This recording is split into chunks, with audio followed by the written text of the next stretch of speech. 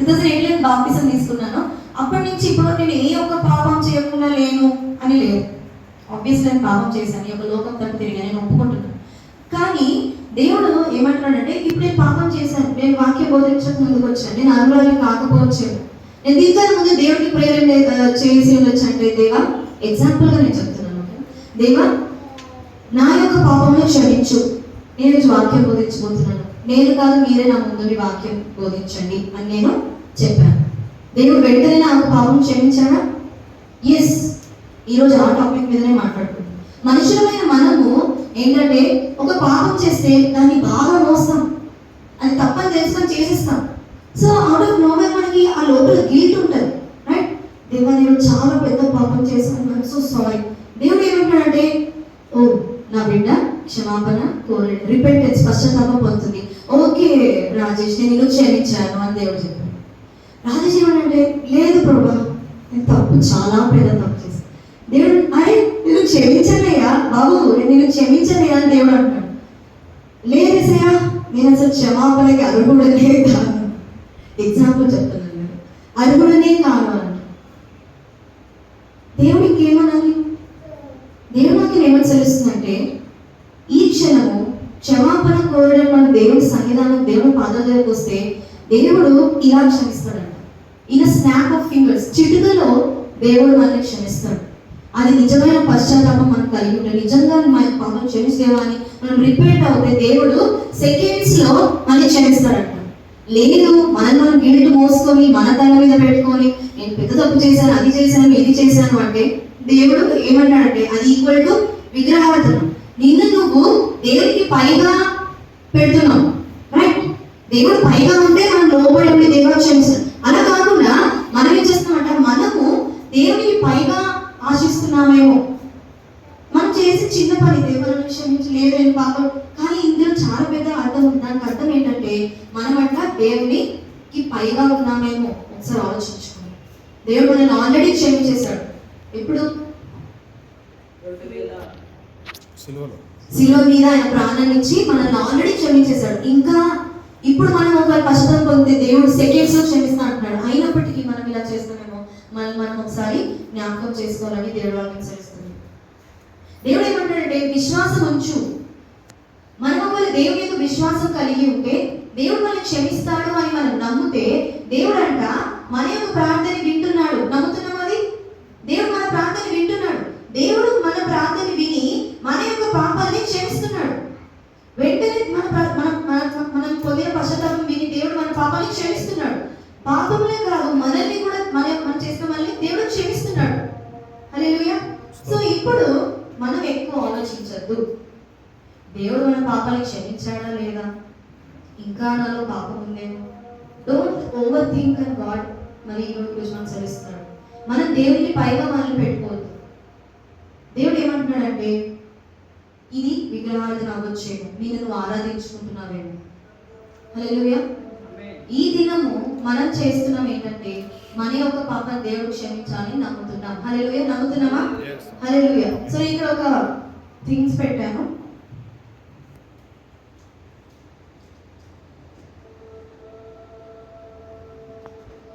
ఇదేంటంటే గ్లాస్, ఈ గ్లాస్ ఏంటంటే మన శరీరం.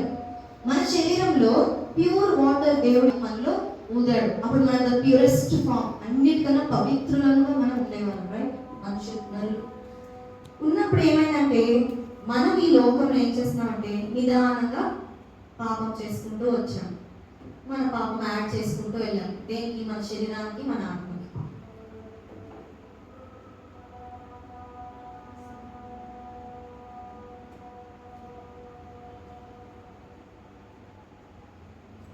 ఏం చేసాం? పాపంని యాడ్ చేసాం. ప్యూరెస్ట్ ఫామ్ గా ఉన్న మనము, పవిత్రంగా ఉన్న మనం ఏమైందంటే, మన లోపల ఏమొచ్చింది? ఇప్పుడు పాపము కలిగింది. సో ఈరోజు వాక్యం ప్రకారము దేవుడు మనల్ని ఒకటి మ్యాజిక్ చేశాడు మన లైఫ్. హౌ? రక్తం ఇచ్చి మనం పరిశుద్ధపరిచి, శిలువలో ఆయన రక్తం చెందించి మనం రక్షించి పరిశుద్ధపరిచాడు. ఎలా పరిశుద్ధపరిచాడు అంటే,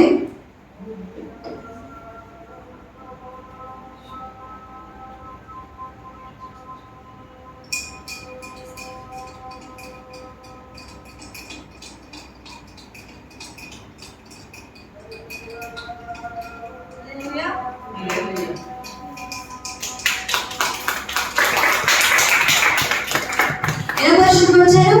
క్లీన్. ఇది ఇంకా కొంచెం కరగాలి యాక్చువల్లీ. సో క్లీన్ గా ఆయన పరిశుద్ధపరిచాడు. ముందు ఎలా ఉన్నాం మనం? పాపంలో ఉన్నాం. ఇక్కడైతే క్లీన్. నేను ఈ స్పూన్ తిప్పడానికి నాకు ఒక 5 seconds పట్టింది ఇది పవిత్రపరచడానికి. కానీ ఈరోజు మనం దేవుడి సన్నిధానానికి వచ్చిన మనము ఇంత స్పూన్ తిప్పే అంతసేపు కూడా దేవుడు మనల్ని క్షమించకుండా మనల్ని ఉంటాడు. With in seconds. ఇది 2 seconds 5 seconds 4 seconds పడినట్టుంది నేను తిప్పడానికి. కానీ దేవుని వాక్యం ఏంటంటే మనల్ని విత్ ఇన్ సెకండ్స్ లో పరిశుద్ధపరిచింది. హల్లెలూయా. సో మనం ఇప్పుడు ఎలా అయ్యాము? క్లీన్ స్లేట్ అయ్యాం. అంటే క్లీన్ కొత్త బుక్ అయ్యాం. దేవుడి నుంచి పరిశుద్ధపరచబడిన మనము ఒక నూతన పుస్తకము, తెల్లని మచ్చలేని పుస్తకం వలె మనం అయ్యాం. దేవుడు ఇక్కడ ఏం చేశాడు? మన జీవితంలో దేవుడు ఏం చేశాడంటే ఫస్ట్ గా మనల్ని దేవుని ముందు నీతిమంతునిగా నిల్చోపెట్టాడు. ఏం చేశాడు? నీతిమంతునిగా.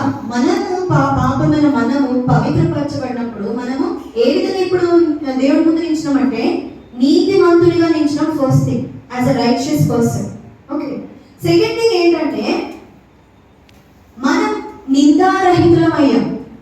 హల్లెలూయా. ఒకరు మన వైపు ఏది చూపించి ఇతని పాపం చేశాడు,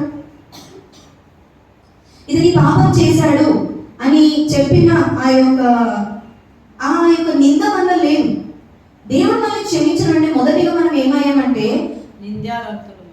నీతిమంతులుగా దేవుని ముందు నిలిచిన, రెండవదిగా నిందారహితులు మనం అయ్యాం. మూడవదిగా దేవుడు ఏమన్నాడంటే మన గిల్ట్ నుంచి, మన పెనాల్టీ నుంచి దేవుడు మనల్ని విడుదల చేశాడు. అంటే పెనాల్టీ అంటే ఏంటి? జనరల్ గా ఇప్పుడు మనం ట్రాఫిక్ రూల్స్ ఏమైనా క్రాస్ హెల్మెట్ పెట్టుకోకుండా వెళ్ళాం, వాళ్ళు ఏం చేస్తారు? పెనాల్టీ వేస్తారు. ఒక 1000 rupees పెనాల్టీ, చలాన్ వేస్తారు. మరి మనం చూసినట్టయితే మన జీవితంలో దేవుని యొక్క విషయంలో మనం తప్పు చేస్తే మనకి కూడా పెనాల్టీ ఉంది.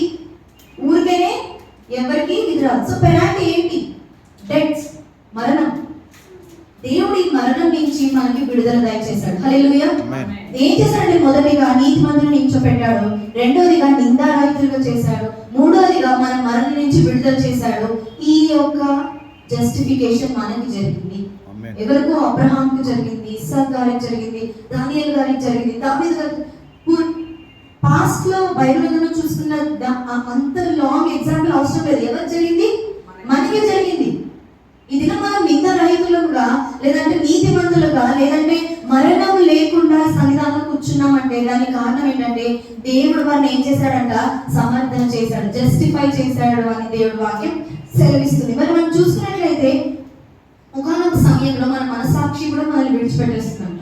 ఫర్ ఎగ్జాంపుల్, మనం ఒకరి ఈ రోజు నేను పాపం చేసిన నాకు బాగా గిల్ట్ ఉంది. గిల్ట్ అంటే లోపల బాగా నన్ను తినేస్తుంది. నేను చాలా పెద్ద తప్పు చేశాను ఈ రోజు, దేవుని సన్నిధానాన్ని అసలు కూర్చోడానికి అర్హుడిని కాదు.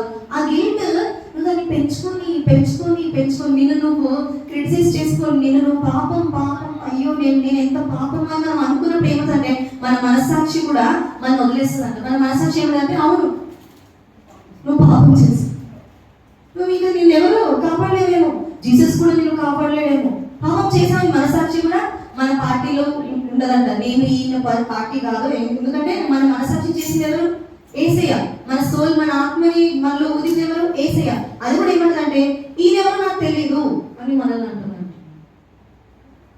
దేవుడు మనల్ని ఈరోజు ఆ మైండ్ సెట్ తో విడుదల కలిగి. నేను ఒకసారి వాక్యం వింటున్నాను ఇలాగే. అయితే ఒక మెంటర్, మా యొక్క మెంటర్ ఏమన్నదంటే సాతాను ఏ రూపంలో వచ్చింది? యేసయ్య అరణ్య మార్గంలో 40 రోజులు ఫాస్టింగ్ ఉండడానికి వెళ్ళినప్పుడు సాతాను ఏ రూపంలో వచ్చింది? ప్లీజ్ సమాధానం చెప్పండి. స్నేక్. ఇంకా స్నేక్ అందరూ నమ్ముతున్నామా? సర్ప రూపంలో వచ్చింది. ఎక్కడ రాసిందా? అది జస్ట్ మనం మూవీస్ లో చూసింటాం. క్రిస్టియన్ మూవీస్ లో ఏమంటే యేసయ్య అరణ్యం నడుస్తుంటే ఒక పాంక్స్ వచ్చి నువ్వు ఈ రోజు అని మాట్లాడడం. అది జస్ట్ మూవీ. సాతాను ఏ రూపంలో వస్తాడే? మన తలంపులు. ఆ రోజు యేసయ్య కూడా మాట్లాడేది దేంతో? ఆయన యొక్క ఆలోచనలతో. ఆయనని ఎత్తైన స్థలం మీరు తీసుకెళ్ళి నువ్వు ఈ రాజ్యం అంతా నేను నీకు ఇస్తాను, నువ్వు నాకు మొక్కు అని చెప్పింది దేని ద్వారా? ఆయన యొక్క ఆలోచన ద్వారా. దేవుడు దేంతో పోరాడాడు? యేసయ్య ఆయన యొక్క ఆలోచన ద్వారా. ఆలోచనలోనే దేవుని వాక్యం చెప్పాడు ఏంటంటే నీ యొక్క దేవుని సాధారణ దూరంగా పారిపోని దేవుడు ఒక సెలవిచ్చింది. దేవుని యొక్క వాక్యం, వేసే వాక్యం ద్వారా సాధారణంగా రోజు మాట్లాడు. సో ఈ రోజు మీ లోపల జరుగుతున్న ఆ యొక్క యుద్ధము, మీ తలంపుల దేవుడికి దగ్గర ఉన్నానా, దూరం ఉన్నానా, తప్పు చేస్తున్నానా, తప్పు చేయను, ఆ యుద్ధము నీలో ఎవరు కలిగిస్తున్నట్టు ఆ ఆలోచనలో సాతాను కలిగిస్తుందేమో ఒక్కొక్కసారి మనం జ్ఞాపకం చేసుకోవాలి. దేవుడి కన్నా మనం పైన వారం కాదు, దేవుడి కన్నా కింద వారమే. దేవుడు మనం క్షమించాడు అంటే క్షమించాడు, అది మనం నమ్మాలి అని దేవుడు వాక్యం చదివిస్తుంది. మనం చూసినట్టు మనం అది నమ్మినప్పుడే మనం ఆల్రెడీ మరణం నుంచి లేపబడ్డామని మనం నమ్ముతున్నట్టు. హల్లెలూయా. చెప్పాలంటే sin cannot be handled by human. పాపము మనుషులు హ్యాండిల్ చేయలేరు. ఎంతమంది నమ్ముతాం? ఇంకా క్లియర్గా చెప్తాను. కోపం మనం కోపంని మనం హ్యాండిల్ చేయగలమా? ఈర్ష్యని మనం హ్యాండిల్ చేయగలమా? లేదంటే ఇతరుల మీద అసూయ, లేదంటే ఈర్ష, అసూయ ఒకటి వస్తుంది, కోపము, ఇంకా మనలో ఉన్న లస్ట్ ఫీలింగ్స్ కానీ, తప్పుడు చూపు కానీ, ఇవన్నీ మనం హ్యాండిల్ చేయగలమా? ఒకనొక సమయంలో ఈ పాపం వల్ల పేర్కోవడం వల్ల అలసిపోతుంది మన శరీరం. ఎందుకు? వై? హ్యూమన్స్, మనుషుల మీద మనం పాపం ఎందుకు హ్యాండిల్ చేయలేకపోతున్నాం? ఎందుకంటే మనం దానికోసం నిర్మింపబడిన వారం కాదు. హల్లెలూయా. దేవుడు పాపం మనలో ఉండాలని దేవుడు మనం నిర్మించలేదు.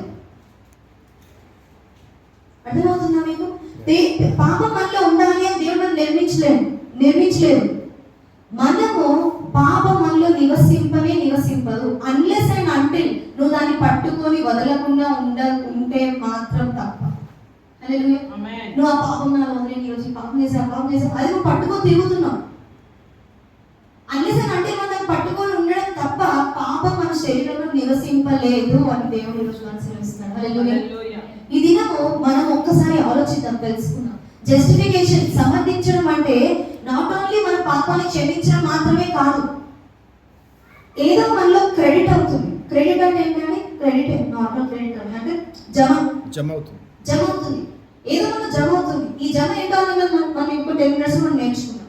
సో చూసుకున్నట్లయితే మనము ఇవన్నీ మోసుకొని ఫస్ట్ టాపిక్ లోకి వెళ్దాం. ఏంటంటే పర్పస్. ఈ యొక్క సమర్థన యొక్క ప్రయోజనం ఏంటి?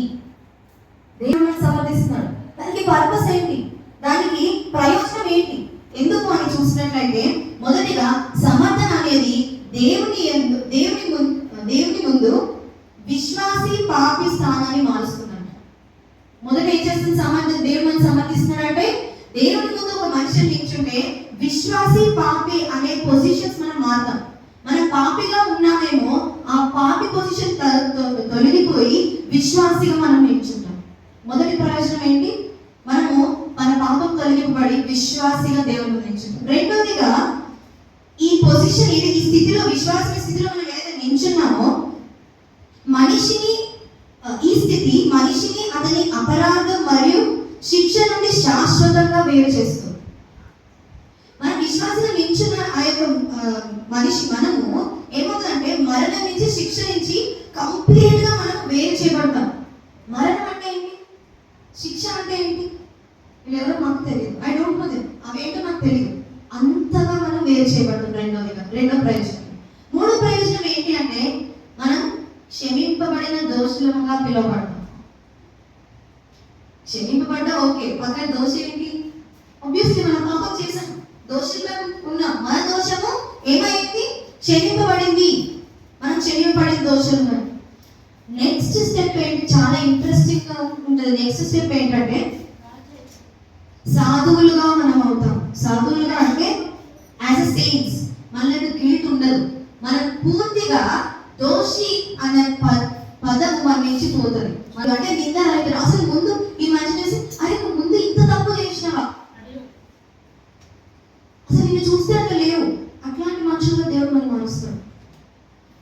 ఐదోదిగా ఒక మాట మనం గుర్తుపెట్టుకుంటే ఈ లోకంలో పాపానికి క్షమాపణ మాత్రమే ఉంది, కానీ పాపం నుండి విముక్తి లేదు. నమ్ముతామా? ఒకరు మళ్ళీ క్షమించగలరేమో, కానీ మనలో ఉన్న పాపంను తీసివేయడం, మనలో నుంచి పాపం విముక్తి చేయడం ఈ యొక్క లోకంలో లేదు. దీనికోసం మనం వెళ్ళాలి. ఎక్కడికి? వాక్యం చూద్దాం. మీకు అందరు నన్ను చూడండి. సో ఒకసారి ఏమైందంట, ఈ కార్తీక్ ఉన్నాడేమో, కార్తీక్ ఎగ్జాంపుల్ తీసుకుందాం అనుకున్నా. సో చైతు తనుజ, నేనే. సో రాజేష్, ఓకే రాజేష్ అబ్బాయి మీరు ఆలోచించుకుంటారు. సో రాజేష్ ఏంటంటే ఒకసారి తనుజ అని చెప్పాను. తనుజ ఏమైందంటే ఒకసారి తీర్పు కోర్టులో, నేను ఇప్పుడు వేస్తున్నా కదా కోర్టు, నేను ఇప్పుడు ఎక్కడున్నా అంటే కోర్ట్ రూమ్ లో ఉన్నా. అక్కడ జడ్జ్ ఎవరంటే తండ్రి. జడ్జిగా ఎవరున్నారు? తండ్రి. నేను యాజ్ అ పాపిగా కోర్ట్ రూమ్ లోకి ఎంటర్ అయ్యా. కోర్టులో నించిన నాకు దేవుడు ఏం చేశాడంటే, ఇప్పుడు మనం టీవీ స్క్రీన్ చేస్తాం కదా, అట్లా నేను చేసిన పాపంలో ప్రొజెక్ట్ చేస్తున్నాడు అనమాట. తట్టుకోగలము మనం చేసిన పాపం మన ముందు ఇట్లా మూవీ లాగా రీల్ లాగా వెళ్తుంటే తట్టుకోగలమా? అంతెందుకు పరలోక రాజ్యం తట్టుకోగలమా?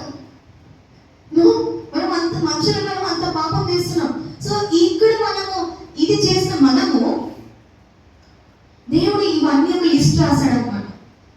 నువ్వు ఈ దినం ఈ పాపం చేస్తావు, తర్వాత ఈ పాపం చేస్తావు, ఈ పాపం చేస్తావు. తర్వాత ఒక పెనాల్టీ వేశాడు. ఏంటంటే డెత్ పెనాల్టీ, మరణం. నాకేమేశాడు? మరణం పెనాల్టీ మనకి వేశాడు. ఇంకా నాకు ఆప్షన్ లేదు, నా ఆడి చేసేసి దేవుడి దగ్గరికి వెళ్ళిందాన్ని వెనక్కి వెళ్ళిపోతున్నాను. నేను పెనాల్టీ, డెత్ పెనాల్టీ కోసము ఆ రూమ్కి వెళ్తున్నాను అనుకోండి, వెళ్తున్నాను. దేవుడు ఏమన్నాడు? ఒక్క నిమిషం ఆగు అని తండ్రి పిలిచాడు. తిరిగి చెప్పండి తండ్రి అంటే, దేవుడు ఏమన్నాడంటే, నా కుమారుడు ఒక ఆయన ఉన్నాడు. ఆయన ఎవరంటే యేసుక్రీస్తు. నువ్వు ఆయన విని విశ్వసించి ఆయన యొక్క ఆజ్ఞల ప్రకారం నడుచుకున్నట్లయితే నువ్వు ఈ మరణాన్ని తప్పించుకోగలవు అని ఎక్స్ప్లెయిన్ చేశాడు. ఏసే చేసిన పనులు, ఏసే చేసిన జీవిత చరిత్ర అంతా ఆయనకి ఎక్స్ప్లెయిన్ చేశాడు. సో ఆయనకి మనం ఏం చేస్తాం? మనం అపోజిషన్, ఇప్పుడు నేనే అపోజిషన్, నేను ఏం చేస్తా? వెంటనే యాక్సెప్ట్ చేస్తా. మరణం కన్నా ఇది నేను బ్రతికుండడం ఇంపార్టెంట్. దేవుని అంగీకరించా, ఏసైని అంగీకరించా. సో నా పాపం ఏదైతే పేపర్ ఉందో దాని కింద దేవుడు ఒక స్టాంప్ వేశాడు. ఏంటంటే జస్టిఫైడ్, క్షమించబడ్డాడు అని. ఏం చేశాడు? క్షమించబడ్డాడు స్టాంప్ వేసి నా వెనకాల అక్కబెట్టాడు. ఏం చేశాడు? ఒక లిస్ట్, పాపం లిస్ట్ ఉంది, కింద క్షమించాడు అని స్టాంప్ వేసి ఏం చేశాడు? వెనకాల అక్కబెట్టాడు. నేను ఇప్పుడు బయటికి వెళ్ళాను, లోకంకి వచ్చాను. పక్కింటి పిన్ని ఉంది, పక్కింటి ఆంటీ ఉంది, గాసిప్ ఆంటీ. అన్నది తను ఇట్లా ఫాస్ట్ ఇట్లా అని పిలిచింది. వెళ్ళినా, ఏంటి పిలిచినారంటే, చాలా పెద్ద తప్పులు చేసావంట కదా, డైరెక్ట్ మరణమే అంట కదా, ఏం జరిగింది లోపల అని అడిగిందంట ఆంటీ. వెనకాల తిరిగాను. వెనకాల ఏముంది? పాపములు ఉన్నాయి, క్షమించబడ్డాను. ఆమె ఏం చేసింది? ఓ నువ్వు ఈరోజు ఈ పాపం చేసావా, ఆ రోజు ఆ పాపం చేసావా, ఫస్ట్ ఏం చేస్తుంది? పాపాలు చదువుతుంది. అతని కింద ఓ క్షమించబడ్డావా, ఓకే అట్లా. నాకు అర్థం కాలేదు. నాకేమనిపిస్తుంది అంటే, ఏంటి క్షమించబడిన తర్వాత కూడా నా పాపం చదువుతున్నారు మనుషులు. అదే ఈ లోకంలో మనము సరే ఇంకొంచెం ముందుకు వెళ్ళాను. నేను ఇంకొక ఆంటీ కనిపించింది. అరే ఆంటీ ఆపి కదా, నువ్వు రా, అక్కడ ఏం చెప్పావు నాకు చెప్తురా అని పిలిచింది. పిలిచి ఏమన్నదంట, చాలా సేమ్ ఏం జరిగింది ఏంటంటే, నేను ఇట్లా పాపాలు చేసినావా, ఈ లోపల పాపాలు చేసినావా, ఏ పాపాలు చేసినావు, తర్వాత ఏమైంది అని అడిగినప్పుడు మళ్ళీ వెనకాల తిరిగారు. ఆమె కూడా ఏం చేస్తుంది? ఓ ఇంత పెద్ద పాపం చేసినావా, పాపం చేసినావా, పాపం చేసినావా అని లాస్ట్కి ఓ క్షమించబడ్డావా. నాకు నచ్చలేదు. ఇదేదో ప్రాసెస్, దేవుడు క్షమించాడు అంటున్నాడు, అన్నీ అంటున్నాడు, కానీ నాకు ఆ సంపూర్ణత నాలో లేదు. దేవుడు నేను క్షమించాడు ఓకే, కానీ ఏంటి అందరూ నేను ఎదుగుతున్నాను, నువ్వు అప్పుడు ఆ పాపం చేసి ఇప్పుడు ఆ పాపం చేసి. లోకంలో మనం ఇప్పుడు నిజంగా మనకు జరుగుతుంది ఏంటంటే, మనం వెళ్తే నువ్వు నిజంగా క్రైస్తవుడువా, ఆ రోజు అక్కడ డాన్స్ చేసావు కదా, నువ్వు నిజంగా క్రైస్తవుడువా, అక్కడ నువ్వు ఆ పని చేసినావు కదా, తాగినావు కదా, నాకు అక్కడ మందు శబ్దాలు కనిపించినావు. అది కాదయ్యా, నేను ఇప్పుడు మారిపోయినాను, కానీ నువ్వు అక్కడ నాకు కనిపించినావు. ఆయనకు నాకు అనిపించిందే మనసులో ఉంటుంది. సో వెంటనే నేను మళ్ళీ స్ట్రైట్గా లోపలికి వెళ్ళా, జడ్జిమెంట్ రూమ్కి, కోర్టులోకి. ఇట్లా ఇప్పుడు ఏంటంటే నాకు సమాధానం కావాలి, డోర్ ఇట్లా దోసుకుని ముందు ఇట్లా నార్మల్ డోర్ దోసుకుని వెళ్ళా. దేవుడు ఏమైంది, ఏమైందంటే, ఏసయ్య నాకు క్షమించావు, కానీ మనుషులు ఇంకా నా పాపాన్ని చదివిన తర్వాత నన్ను క్షమించాలంటే దేవుడు ఏమంటాడు, నేను ఇక్కడి నుంచి పిలుస్తున్నాను, తనుజ ఆగు ఆగు అని. నువ్వే తొందరపడి బయటికి వెళ్ళిపోయావు, ఇంకొక ప్రాసెస్ ఉంది, నీలో ఇంకొక ప్రాసెస్ ఉంది అని నా వెనకాల పేపర్ తీసి ఒక ఏదైతే ఇంకుతో పాపాలు రాశాడో ఆ ఇంకులో పేపర్ నుంచి బయటకు తీశాడు. ఏం చేశాడు? ఆ ఎర్ర ఇంకుతో రాసామనుకోండి పేపర్ మీద, అది ఎర్ర ఇంకు లోపల ముంచి తీశాడు పేపర్. ఇప్పుడు పేపర్ మీద ఏం కనిపిస్తుంది? ఏం కనిపించదు. పాపాలన్నీ కూడా చెరిగిపోయాయి. ఆ ఎర్ర ఇంకులో పాపాలన్నీ కూడా చెరిగిపోయాయి, తడిచిపోయాయి. ఇప్పుడు క్లీన్ పేపర్ ఉంది. ఈ క్లీన్ పేపర్ని నా మీద మళ్ళీ వెనకాల అతుకోబెట్టి మళ్ళీ పంపించింది. ఈసారి ఇద్దరు ఆమెలు ఒకటే దగ్గర ఉన్నారు. ఈ లోపలికి వెళ్ళి ఏం చేస్తున్నారు? బయటకు వచ్చా చూపేసరికి ఆగండి నేనే చెప్తాను లోపల ఏం జరిగింది వెనకాల తిరిగి ఏముంది మళ్ళీ ఏమైనా చదవగలుగుతున్నారా? నథింగ్. దేవుడు ఈరోజు మనల్ని ఎన్నుకున్న మనల్ని దేవుడు ఏమంటున్నాడంటే మనం పవిత్రులుగా నిందారహితులుగా ఒక్క తప్పు కూడా మనలో లేకుండా మనం ఏమయ్యాము? దేవుని రక్తంలో కడగబడ్డాము. హల్లెలూయా హల్లెలూయా చెప్తామా? ఒక పర్సన్ ఉన్నాడు, ఒక టెర్రరిస్ట్. ఆయన ఎవరంటే అజ్మల్ కసబ్. ఈయన ఏం చేశారంటే ముంబై ప్రాంతంలో ఒక టెర్రరిస్ట్ గా ఆయన ఉన్నాడు అన్నమాట. ఆ టెర్రరిజం ఆయన ఏం చేశారంటే అప్పటికే 72 మందిని ఆయన చంపాడు. టెర్రరిజం చేసి మనుషులు చంపాడు. అయితే ఆయన వాళ్ళ మొత్తం ఎవరైతే టీమర్స్ ఆయన అక్కడే దొరికాడు మన గవర్నమెంట్ కి. దొరికిన తర్వాత ఏమైంది? ఆయన జైలు వేసిన. ఆయన జైలు వేసి తీర్పాడంటే హ్యాంగింగ్ మరణ శిక్ష ఆయనకి అమలు పరిచారు. ప్రతి క్రిమినల్ కంట ఒక అప్పీల్ చేసుకోవడానికి ఒకటి ఉంటుందంట. దాన్ని ఏమంటారంటే మర్సీ ప్లీ అన్నమాట. అంటే దయ చూపించండి అని ఒక ప్లీ కోర్టులో మనం వేసుకోవచ్చు. రాష్ట్రపతి అభ్యర్థన సో వేసుకోవచ్చట. వేసుకున్న తర్వాత కానీ మన గవర్నమెంట్ దాన్ని యాక్సెప్ట్ చేయలేదు. ఏమన్నదంటే ఈ అజల్ కసబ్ అనే మనిషి భూమి మీదకి ఎవరు కనిపించొద్దు అని తీర్పు తెచ్చింది. అంటే ఏంటి? మరణ శిక్ష. ఈరోజు ఆయన చేసినట్లు మనుషులు చంపే అంత పాపం మనం చేయకపోయినా మనం పాపం చేసినప్పటికీ మన పాపం యొక్క లోకం క్షమించదు. క్షమించే ఒక వ్యక్తి ఉన్నాడు. మనం నిజముగా దేవుని దగ్గర ప్రాధేయపడి దేవుని దగ్గర మోకాలని ప్రార్థన చేస్తే క్షమించే ఒక వ్యక్తి ఉన్నాడు. ఎవరంటే ప్రభువైన యేసుక్రీస్తు. వాక్యం చదువు. హెబ్రీయులకు రాసిన పత్రిక 10వ అధ్యాయం 22వ వచనం. Hebrews chapter 10 verse 20. 22. మనస్సాక్షికి కల్ముషము తోచుకొందునట్లు ప్రోక్షింపబడిన హృదయములు గలవారమును నిర్మలమైన ఉదకముతో స్నానము చేసిన శరీరమును గలవారమునై ఉండి విశ్వాస విషయంలో సంపూర్ణ నిశ్చయత కలిగి యథార్థమైన హృదయంతో మనము దేవుని సన్నిధానమునకు చేరుదాము. హల్లెలూయా. పవిత్రపరచబడిన మనము దేవుడి వాక్యం ఏమంటుంది? మనస్సాక్షికి కల్మషము తోచకుండునట్లు ప్రోక్షింపబడిన హృదయములు గల వారమును నిర్మలమైన ఉదకముతో స్నానము చేసిన శరీరమును గల వారమునై ఉండి విశ్వాస విషయంలో సంపూర్ణ నిశ్చయత కలిగి యథార్థమైన హృదయముతో మనం దేవుని సన్నిధానమునకి చేరుదాము. ప్రోక్షింపబడ్డం, ఉదకముతో స్నానం చేయడం, పవిత్రమైన పని. ఇప్పుడు మనం ఏం చేయాలంటే ఎవరి దగ్గర చేయాలి? దేవుని సన్నిధానానికి మనం చేరాలి అని దేవుడి వాక్యము సెలవిస్తుంది. మనలో ఇంకా ఇప్పుడు గిల్ట్ ఉన్నట్లయితే దేవుడు మన పాపాన్ని క్షమించడం మనకు ఒకవేళ గిల్ట్ ఉంది అంటే మనం ఏం చేయాలి? ప్రార్థన చేయాలి. That's the only way. దేవుడు మనం ప్రార్థించాలి. నన్ను క్షమించుకోలేకపోతున్నాను దేవా, ప్లీజ్ హెల్ప్ మీ. నన్ను క్షమించాను, నన్ను నేను ఇంకా మీలో దగ్గర చేసిన నాకు సహాయం చేయాలి. మనం ఏం చేయాలి? ప్రార్థన చేయాలి. దీంతో మనం సెకండ్ పాయింట్ వద్దాం. సెకండ్ పాయింట్ ఏంటంటే ప్రాసెస్. దీని ప్రక్రియ ఏంటి? దేవుడు క్షమించానంటున్నాడు, ముంచి తెల్లగా చేశానంటున్నాడు, మళ్ళీ నూతన జీవితం మనకి ఇచ్చానంటున్నాడు. ఏ ప్రాసెస్తో చేశాడు? ఏం రూల్స్ ఉన్నాయని చేశాడు? ఇప్పుడు రూల్స్ ఉంటాయి, మన రూల్స్ ఉన్నాయో దేన్ని చూసి దేవుడు నువ్వు సమర్థించబడ్డావు, నువ్వు జస్టిఫైడ్ అయ్యావు అని దేవుడు దేని గురించి చెప్తున్నాడంటే 2 కొరింథీయులకు రాసిన పత్రిక 5వ అధ్యాయం 21వ వచనం. 2 Corinthians chapter 5 verse 21. 2 కొరింథీయులకు రాసిన పత్రిక 5వ అధ్యాయం. ఎందుకనగా మనం ఆయన యందు దేవుని నీతి అన్నట్లు పాపమెరుగని ఆయనను మన కోసము పాపముగా చేశాడు. ఎందుకనగా మనం ఆయన యందు దేవుని నీతి అన్నట్లు పాపమెరుగని ఆయనను మన కోసము పాపముగా చేశామంట. హౌ? ఎలా? మీకు అంతా కనిపిస్తుందా? ఇక్కడి నుంచి నేను తల 90 క్లోజ్ చేస్తున్నాను. సో ఫస్ట్ పాయింట్ ఏంటంటే ఇందాక క్రెడిటింగ్ ఏదో జమ అవుతుంది. ఏం జమ అవుతుంది? ఎలా జమ అవుతుంది చూద్దాం. మొదటిగా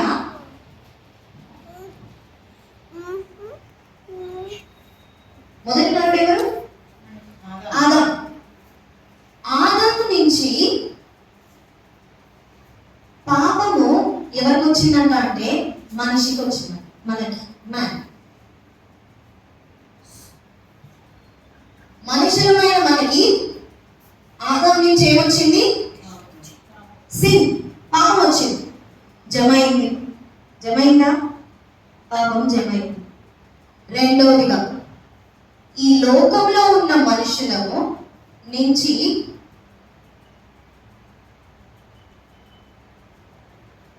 మళ్ళీ పాపము, మరణము, డెత్స్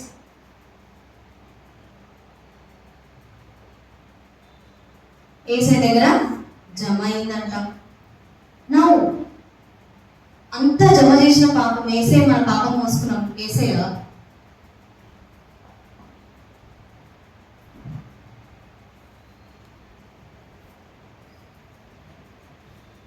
జీసస్ ఈ జమని తిరిగి మనకి ఇవ్వలేదు. ఆయన ఏమి ఇచ్చాడంటే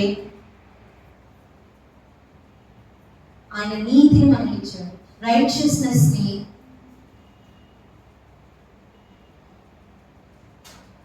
హల్లెలూయా. మనుషులకి ఇచ్చాడు. మనం ఇప్పుడు కరెక్ట్ క్లోతింగ్ లో ఉన్నాం, కరెక్ట్ గా వస్త్రాధారణ కలిగి ఉన్నాం. అదేంటంటే నీతి. ఎప్పటి నుంచో జమయ్యి వచ్చింది. ఎక్కడ ఆగిపోయింది? శిలువ మీద ఆగిపోయింది. శిలువ ధ్యానాల్లో ఈ రోజు ఉన్న మనం దేవుడు వాక్యం ఏమనిపిస్తుందంటే అక్కడికే ఆగిపోయింది. మనకి ఇంకా పాపం రాలేదు, పాపం రాదు. మనకి ఏమొచ్చింది? నీతి వచ్చింది. హల్లెలూయా.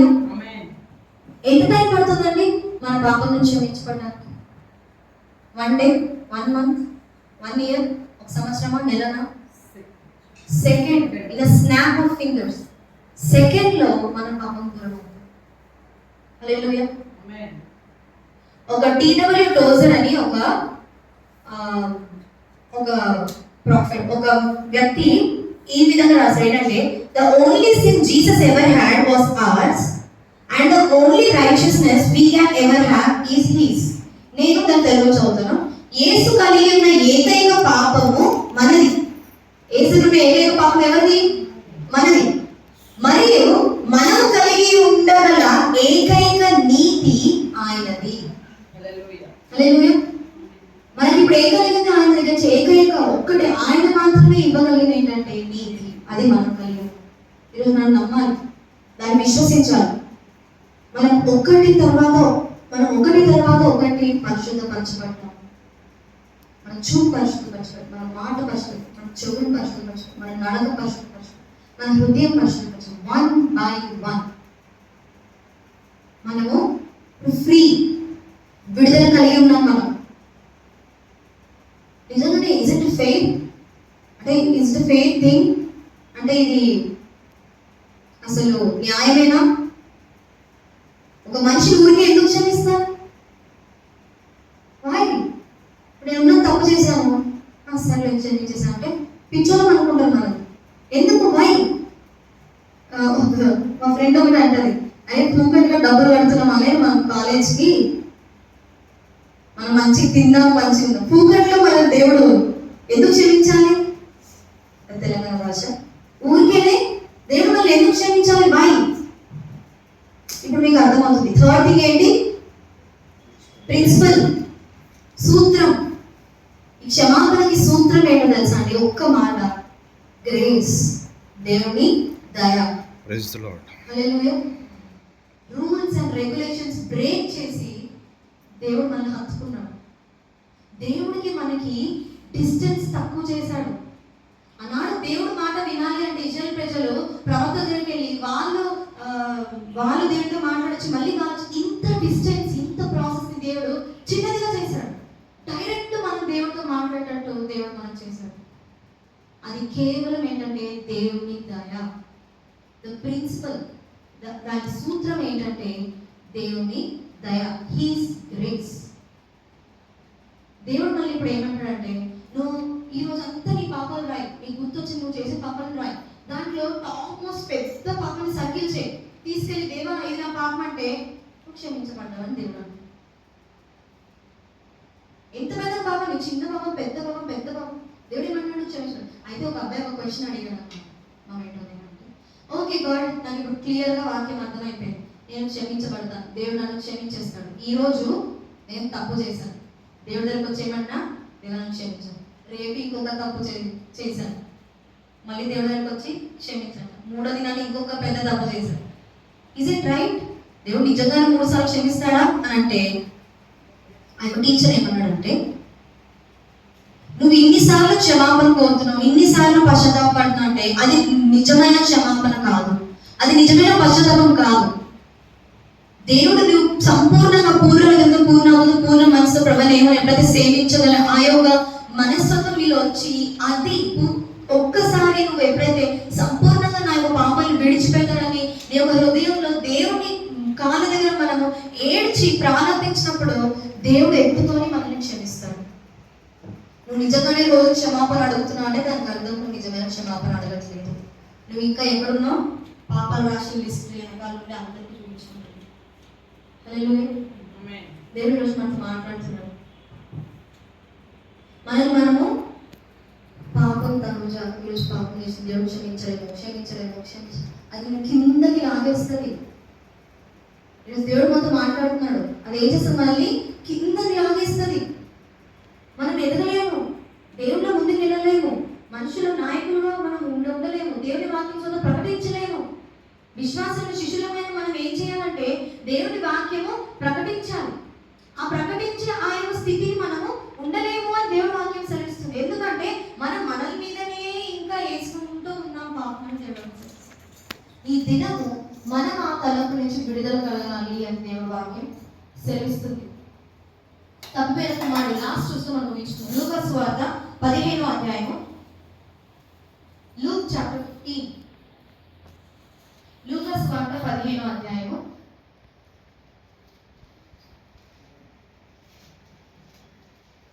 17, 18, 19 వచనాలు. అయితే బుద్ధి వచ్చినప్పుడు వాడు, నా తండ్రి యొద్ద ఎంతో మంది కూలివాళ్లకు అన్నము సమృద్ధిగా ఉన్నది, నేనైతే ఇక్కడ ఆఖరికి చచ్చిపోవచ్చున్నాను. నేను లేచి నా తండ్రి యొద్దకు వెళ్ళి, తండ్రి, నేను పరలోకమునకు విరోధముగాను నీ ఎదుటను పాపము చేసితిని, ఇక మీదట నీ కుమారుడనని అనిపించుకొనుటకు యోగ్యుడను కాను, నన్ను నీ కూలి వారిలో ఒకరిగా పెట్టుకొనమని అతనితో చెప్పుదని అనుకుని లేచి తండ్రి యొద్దకు వచ్చాను. వాడు ఇంకా దూరముగా ఉన్నప్పుడు తండ్రి వానిని చూసి కనికరపడి పరిగెత్తి వాని మెడ మీద పడి ముద్దు పెట్టుకునెను. అప్పుడు ఆ కుమారుడు అతనితో, తండ్రి, నేను పరలోకమునకు విరోధముగాను నీ ఎదుటను పాపము చేసితిని, ఇక మీదట నీ కుమారుడనని అనిపించుకున్నటకు యోగ్యుడను కానెనను. అయితే తండ్రి తన దాసులను చూసి, ప్రశస్త వస్త్రము త్వరగా తెచ్చి వీనికి కట్టి వీని చేతికి ఉంగరము పెట్టి పాదములకు చెప్పులు తొలగించుడి, క్రొవ్విన పసుపును తెచ్చి పశువును తెచ్చి వధించుడి, మనము తిని సంతోషపడదాము. ఈ నా కుమారుడు చనిపోయి మరలా బ్రతికెను, తప్పిపోయి దొరికెనని చెప్పాను. అంతగా వారు సంతోషపడ్డారు. సో చూసినట్లయితే తప్పేన్ కుమార్ స్టోరీ మనకు తెలుసు, రాజేష్ నీకు కూడా తెలుసు. తప్పేన్ కుమార్ స్టోరీ ఏంటంటే ఏమన్నాడంటే, డాడీ నాకేమొద్దు, నా ఆస్తి నాకు ఇచ్చేసే, నేను వెళ్ళిపోతా, నేను సంతోషంగా బ్రతకగలను, సంతోషంగా నేను కూడా ఉండగలను, నా డబ్బులు నాకు ఇచ్చేసే అని ఇచ్చేసాడంటే అంటే ఆయన ఆస్తి వాళ్ళు తీసుకొని వెళ్ళిపోయి అక్కడ విచ్చలవిడిలో ఖర్చు పెట్టేసి ఆయన అంత డబ్బులు కోల్పోయిన తర్వాత ఆయన ఏ స్థితిలోకి వచ్చేసాడంటే ఒక పంది పొట్టు తినే స్థితిలోకి ఆయన కుమారుడు వచ్చేసినప్పుడు ఆయనకి ఏం కలిగింది? పశ్చాత్తాపం. ఏం కలిగింది? పశ్చాత్తాపం. ఆలోచించడం మొదలు పెట్టారు, అరే నా తండ్రి దగ్గర ఉన్న కూలీలే మంచి భోజనం భుజిస్తారు, నేను ఈ స్థితిలో ఉన్నాను, ఓకే ఐఎమ్ రెడీ, తిరిగి నేను తండ్రి దగ్గరికి వెళ్తాను. ఒక పేపర్ మీద రాసుకున్నాను, తండ్రి డాడీ ఏమని రాస్తానంటే తండ్రి రాసుకొని, నేను పరలోకమునకు విరోధముగాను నీ ఎదుట పాపం చేశాను, ఇక మీదట నీ కుమారుడని నేను అనిపించటకు యోగ్యుని కాను, ఇంకా నేను నీ కొడుకుని అనిపించడానికి అసలు యోగ్యుని కాను, నన్ను నీ కూలి వాళ్ళు ఒక్కనిగా పెట్టుకో అని ఏంటో అసలు రాసుకున్నాను లెటర్. ఇప్పుడు ఈ లెటర్ ఎవరికి వెళ్ళి చదివించాలి? డాడీ జల్లు పెట్టుకున్నాడు, వెళ్ళాడు, ప్రయాణం చేసి వెళ్ళాడు. దూరం నుంచి చూసి తండ్రి అంటే పరిగెత్తాడు. దగ్గరకు వచ్చినప్పుడు హత్తుకున్న తర్వాత చిక్కు తీశాడు. తండ్రి నేను ఏమనంటే తండ్రి నేను దేవునికి రాజ్యం నీకు విరోధం చేశాను అని చదివాను. ఇంకా నీ యొక్క కూలివానిగా నన్ను పెట్టుకో అని చెప్పక ముందే తండ్రి ఒక పని చేశాడు. ఏంటంటే ఆయన పని వాళ్ళని పిలిచి ప్రశస్తమైన రాజు వంటి వస్త్రం ధరించి ఉంగరం కలిగించి నించోబెట్టాడు. హల్లెలూయా. మనం అనుకుంటాము నేను పాత్రని కాదేమో, ఇంత పెద్ద తప్పు చేశాను, దేవుడు పదవిలో ఎక్కడో చిన్న దుమ్ము కూలి వాళ్ళు కూడా తండ్రి మనల్ని అనిపించాడు. మనం దానికోసం నిర్మింపబడలేదు. మన తండ్రి తిరిగి మన రాజకుమారుడుగా కుమార్తెగా నించోబెట్టగల సమర్థుడు. కుమారుడు అలా ఏం చెప్పలేదు. చూడండి ముందే రాసుకున్నాడు 19, ఇక మీద నీ కుమారుడు అనిపించుకుని ఎవరు కాను, నన్ను నీ కూలి వారిలో ఒకరిగా పెట్టుకోమని అతనితో చెప్పుదామని అనుకొని వెళ్ళాడు. కానీ తర్వాత ఏం జరిగింది అన్ని చెప్పాడు. ఫస్ట్ లైన్ బాగా చెప్పాడు. తండ్రి నేను పరలోకమునకు విరోధముగాను నీ ఎదుట పాపం చేసి తిని ఇక మీదట నీ కుమారుని అనిపించడం యోగ్యత కానని ఇంకా నెక్స్ట్ లైన్ అది నీ దగ్గర కూలీగా ఉంటాడు. నెక్స్ట్ లైన్, ఆ నెక్స్ట్ లైన్ లో ఏమైందంటే తండ్రి తన దాసులను చూసి ప్రశస్త వస్త్రమును త్వరగా తెచ్చి వీరికి కట్టి వీరి చేతికి ఉంగరము పెట్టి పాదములకు చెప్పులు తొడిగించుడి. తర్వాత చెప్పాడా నీ కూలివాణిగా నన్ను ఉంచుకో. అంత గొప్ప తండ్రి మన తండ్రి. దినం నువ్వు నిజంగా కష్టం కలిగి దేవుని సంవిధానానికి వెళ్ళి నీ జస్టిఫికేషన్ కోసం నువ్వు అడిగితే యూ విల్ బి జస్టిఫైడ్. ఈరోజు నీ కాస్ట్యూమ్ వేసుకునే కారణం కూడా అదే. ఎందుకంటే ఒక కోర్ట్ రూమ్ ఆ వైపు తీసుకురావాలని. సో దేవుడు ఏమంటున్నాడంటే మనల్ని క్షమించాడు. ఆయన చాలా దయ ఉంది, ఆయనలో చాలా దయ ఉంది. నిన్ను కాదు, నన్ను కాదు, నిన్ను కాదు, లోకాన్ని క్షమించే అంత దయ ఆయనకు. ఆ దయనే మనల్ని ఇప్పటి వరకు కాపాడుతుంది. అది మనం రియలైజ్ అవ్వట్లేదు. ఇది దేవుడు ఏమంటే నువ్వు మోసుకునే గిల్ట్, నువ్వు మోసుకునే యొక్క లోపల నేను పాపం చేశాను, నేను దేవుని క్షమించాలి నువ్వు వదలలేకపోతున్నావేమో. నువ్వు దానికోసం నిర్మింపబడలేదు. నువ్వు ఒక కూలివాణిగా ఉండడం కోసం నిర్మింపబడలేదు అని దేవుడు వాక్యం. దేవుని యొక్క కుమారుడుగా, దేవుని యొక్క వారసులుగా, రాజవంశంలో నువ్వు నిలబడడానికి దేవుడు మనం తయారు చేశాడు. ఈ యొక్క లోకంలో ఒక డాక్టర్, ఒక లాయర్, ఒకరు పని చేసుకునేవాడు, అంటే అంతే. ఇక్కడే మనం అందరము గొప్ప స్థానంలో దేవుని మందిరంలో ఉండబోతున్నాం. హల్లెలూయా. అది మనం కలగాలి అంటే ముందు దాన్ని మనం నమ్మాలి. మనుషులకు ఉన్న ఏకైక శత్రువు ఏంటంటే మన నమ్మకం. ఎక్కడో పరలోక రాజ్యం ఎవరైనా నువ్వు పరలోక రాజ్యానికి వెళ్తావా నరకంకి వెళ్తావా అంటే నేను తప్పు అయితే ఏం చేయలేదు, దేవుడు దయవల్ల నేను పరలోక రాజ్యానికే వెళ్ళాలి, కానీ దేవుడు నాలో ఇంకా పాపం ఏమైనా వెళ్తే నరకానికి వెళ్తాను. అందరూ ఆన్సర్ ఇలాగే ఉంటారు. There is no sin. మనిషి పాపంని మొయ్యలేడు. మనిషి దగ్గర పాపము ఉండడానికి దేవుడు మనల్ని తయారు చేయలేదు. మనం ఈరోజు ఏమైనా క్షమించబడ్డాము. మనం ఈరోజు తెల్లని వస్త్రములు, ఒక ఖాళీ పేపర్ మనం చూసాం కదా, వైట్ మొత్తం డిజాల్వ్ అయిపోయింది, వైట్ వాటర్గా మనము తిరిగి మనం ఆదాము గారు నిర్మించబడినప్పుడు ఎంత పరిశుద్ధంగా ఉన్నాడు. ఏసెస్లో పడిన తర్వాత ఆయన యొక్క బిడ్డలు, ఆయన ఎందుకు విశ్వాసం వచ్చిన వారు. ఫస్ట్ వాక్యం మనం చదువుతున్నాం. ఏంటి? యోహాను సువార్త 1వ అధ్యాయము 12వ వచనం చదువుతారా? చదువుతారా? అంగీకరించిన వారికి అందరికీ, అనగా తన నామమునందు విశ్వాసం ఉంచిన వారికి దేవుని పిల్లలగుటకు ఆయన అధికారం అనుగ్రహించారు. హల్లెలూయా. యోహాను సువార్త 1వ అధ్యాయం 12వ వచనం దేవుడు ఈ విధంగా మాట్లాడుతున్నాడని ఏంటంటే, తను అంగీకరించు వారు తను ఎందరు అంగీకరించారో వారందరికీ, అనగా తన నామమునందు విశ్వాసం ఉంచిన వారికి దేవుని పిల్లలగుటకు ఆయన అధికారం అనుగ్రహించారు. ఈ దినం మనం ఈ వాక్యం నమ్మినట్లయితే, ఈ వాక్యం మనం విన్నట్లయితే అందరం ఒకసారి కలుగుతున్నాం, అందరం ఒకసారి కలుగుతున్నాం. ప్రొడక్ట్స్ సమర్థమైన ఉత్పత్తులు ఏంటి? మనమే. హల్లెలూయా. ప్రొడక్ట్స్ ఏంటి? మనం జస్టిఫైడ్ అయిన తర్వాత, మనం క్షమింపబడిన తర్వాత ప్రొడక్ట్స్ ఏంటి? ఈరోజు నేను ఈ వాక్యం చెప్పిన తర్వాత తిరిగి నేను పరిశుద్ధపరచబడ్డాను. ఆయన ప్రొడక్ట్. ఈరోజు వాక్యం విన్న మీరు నాకైతే ఏ పాపం లేదు, దేవుడు నన్ను క్షమించడం, నా పాపం క్షమించడం, ఎలాగా సంవత్సరం 2 సంవత్సరాలు ఇంకా టైం చెప్పలేదు. నిమిషంలో ఈ దినము ఈ వాక్యం హృదయంలో వెళ్ళింది, మీరు దాన్ని గ్రహిస్తారంటే ఈ క్షణమే మీరు పరిశుద్ధపరచబడ్డారు. You people are the products. మనము ప్రొడక్ట్స్ మనం ఏదైతే ఉత్పత్తులు మనం కలిగి ఉన్నామో దేవుల్లో నిలిచి ఉండాలి. వాక్యం వినడం చాలా బాగుంటుంది. చర్చలోనే ఇంకా ఇలా వాక్యం వినిపించడం ఉండిపోవాలనిపిస్తుంది. నాకైతే అనిపిస్తుంది. కానీ అసలైన పరీక్ష నువ్వు బయట అడుగుపెట్టి లోకంలోకి వెళ్ళినప్పుడు తిరిగి అవన్నీ మనకు కనిపిస్తూ ఉంటాయి. వినకూడని అన్ని వినిపిస్తూ ఉంటాయి. చేయకూడని పనులన్నీ మన దగ్గరకు వస్తుంటాయి. మనం ఇప్పుడు ఇది మోసుకెళ్తున్నాం కదా, దీన్ని వాడాలి. దీన్ని మనం ఏం చేయాలంటే పనికి పెట్టాలి. ఈ దినం ఈ యొక్క వాక్యం నమ్మిన మనం అందరం తలలో ఉంచుకున్నాం. ప్రతి ఒక్కరు కూడా తల ఉంచాల్సిన మనం చూస్తున్నాం. రోమిలకు రాసిన పత్రిక తెలియదు కానీ తల నుంచి ఒకసారి వాక్యం. రోమిలకు రాసిన పత్రిక 5వ అధ్యాయం 1 నుంచి 5 వచనంలో దేవుడి విధంగా సెలవిస్తున్నాడు. కాబట్టి విశ్వాసం మూలమున మనం నీతిమంతులుగా తీర్చబడి మన ప్రభువైన యేసుక్రీస్తు ద్వారా దేవునితో సమాధానం కలిగి ఉంటున్నాం. మరియు ఆయన ద్వారా మనం విశ్వాసం వలన ఈ కృపయందు ప్రవేశం గల వారమై అందరం నిలిచి ఉండి దేవుని మహిమను గురించి నిరీక్షణ బట్టి అతిశయపడుచున్నాము. అంతేకాదు శ్రమ ఓర్పు పరీక్ష నిరీక్షణను కలుగజేయని ఎరిగి శ్రమల ఎందును అతిశయపడదు.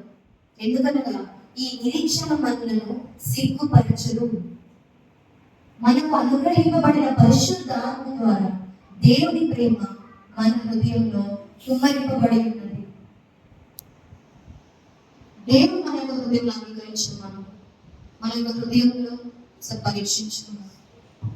దేవుని అడుగుదాం, దేవా నేను పాపం చేశాను, నేను ఇంకా నీ యొక్క పాపం జీవితంలో ఉన్నాను అని ఒకవేళ మనసులో తలుచుకున్నట్లయితే దేవా నన్ను తీసివేసే.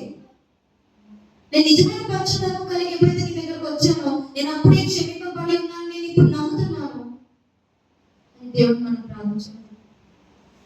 ఎందుకంటే ఆయన దయ ఎంతో అత్యున్నతమైనదండి. ఆ యొక్క దయలోనే మనల్ని దేవుడు స్వస్థపరుచుకుంటున్నాడు. ఆ దయలోనే మనల్ని దేవుడు క్షమించబోతున్నాడు. ఈ యొక్క లోకంలో క్షమాపణ ఉందేమో కానీ, పాపం నుంచి క్షమాపణ ఉందేమో కానీ పాపం నుంచి విముక్తి లేదు. ఈ విముక్తి కేవలం ఈ ఫ్రీడమ్, ఈ ఫ్రీనెస్ కేవలం ఎక్కడుందండి? ప్రభువైన యేసుక్రీస్తు ప్రభువులో. ఈ దినము తీర్మానం చేసుకున్నాం. ఇక్కడ కూడి వచ్చిన అందరూ ప్రార్థన చేద్దాం. ప్రార్థన చేస్తాం. పరిశుద్ధుడా, ప్రేమ తండ్రి, కృపామయ కరుణమయ మీకు వేలాది కోట్లాది కృతజ్ఞతాస్తుతులు చెల్లించుకుంటున్నాం. మీరు పరిశుద్ధులు తండ్రి. మీరు పరిశుద్ధంగా ఉన్న రీతిలో మేము పరిశుద్ధంగా అవ్వడానికి ఎల్లవెల్ల మీ యొక్క వాక్యం ద్వారా ప్రభావ మాతో మాట్లాడుతున్న తండ్రి నీకు స్తోత్రం నాయన. పరిశుద్ధ దేవ, ఈ దినం నాయన నేను పాపం నుంచి విడుదల పొందినప్పటికీ నాయన అది మేము నమ్మట్లేదు, మమ్మల్ని క్షమించండి తండ్రి. ప్రభు ఆ యొక్క తలంపులు, ఆ యొక్క ఆలోచన నుంచి మమ్మల్ని నాయన దాన్ని విముక్తి చేయమని వేడుకుంటున్నాం నాయన. దాన్ని మీరు లేకపోతే నేను ఏ పని కూడా చేయలేము నాయన. మా శరీరం యొక్క పాపం తలంపులు మేము తీసివేసేలేము నాయన. మమ్మల్ని ప్రభు చేసే మా యొక్క తలంపులు మీరు కంట్రోల్ చేయమని వేడుకుంటున్నాం నాయన. దాన్ని మమ్మల్ని మీ యొక్క స్వాధీనంలో చేర్చుకోమని వేడుకుంటున్నాం నాయన. ఈ దినం శిష్యులు అవ్వడానికి నాయన దాన్ని మమ్మల్ని మేము ప్రభు జస్టిఫికేషన్ చేసుకోవడానికి నాయన ఈ దినం యొక్క పాద సన్నిధిలో మీ యొక్క పాదాల దగ్గర నేను పడి ఉన్నాను నాయన, అడుగుతున్నాను నాయన. మమ్మల్ని క్షమించండి. మీరు మా కొరకు ప్రభా శిలువలో మరణించమన్నారు నాయన. మీరు మా కొరకు నాయన తండ్రి ప్రభా యేసయ్య తండ్రి మమ్మల్ని తండ్రి ప్రభా పరిశుద్ధులుగా నిందారహితులుగా నాయన నీతిమంతులుగా ప్రభా ధరింప చేయడానికి తండ్రి మీరు శిలువ మీద మరణించారు. ఎంతో కాలం నుంచి జమ చేస్తున్న ఆ యొక్క పాపం నాయన మా వరకు రాయన నా శిలువ మరణం దగ్గర ఆపారు నాయన. మీకు స్తోత్రం. ఈ దినం నాయన ఇక్కడ కూడా మేము అందరం ఒక్క మాట మిమ్మల్ని అడుగుతున్నాం నాయన. మమ్మల్ని నాయన తండ్రి ప్రభు పరిశుద్ధపరచండి, పవిత్రపరచండి, మీ ఆదరణలో మనం చేర్చుకుని తండ్రి మీ యొక్క కృప, మీ యొక్క దయలో మమ్మల్ని నింపమని వేడుకుంటున్నాం తండ్రి. ఈ యొక్క వాక్యం ఏదో మా హృదయం నుంచి పోనీ కూడా భద్రపరచండి. మేము ఈ యొక్క సన్నిధానం నుంచి బయటికి వెళ్ళిన తర్వాత తండ్రి ప్రభు ఈ యొక్క లోకమైన తినివేయకుండా, ఈ యొక్క లోకములను దూరపరచకుండా కాపాడండి తండ్రి. ఎల్లప్పుడూ మీ యొక్క నామంలో, మీ యొక్క పద్ధతులలో మేము ప్రభుత్వం సహాయం దయచేయండి. ఈ యొక్క వాక్యం మీద మా అందరికీ జ్ఞానం గ్రహింపుదల ప్రభావ హృదయ శక్తిని మాకు దయచేయండి. సమస్త జ్ఞానం ఉంచుకున్నాను. మీరు ముందు వాక్యం మాతో మాట్లాడేందుకు మీకు వందనాలు తెలియజేస్తాను. అని తగ్గించిన చేత నామని ఎక్కువగా దయచేస్తాను. త్వరలో ఆయన శ్రేష్ఠ నామములో ప్రతివాడి అడిగాడు. ఆమేన్.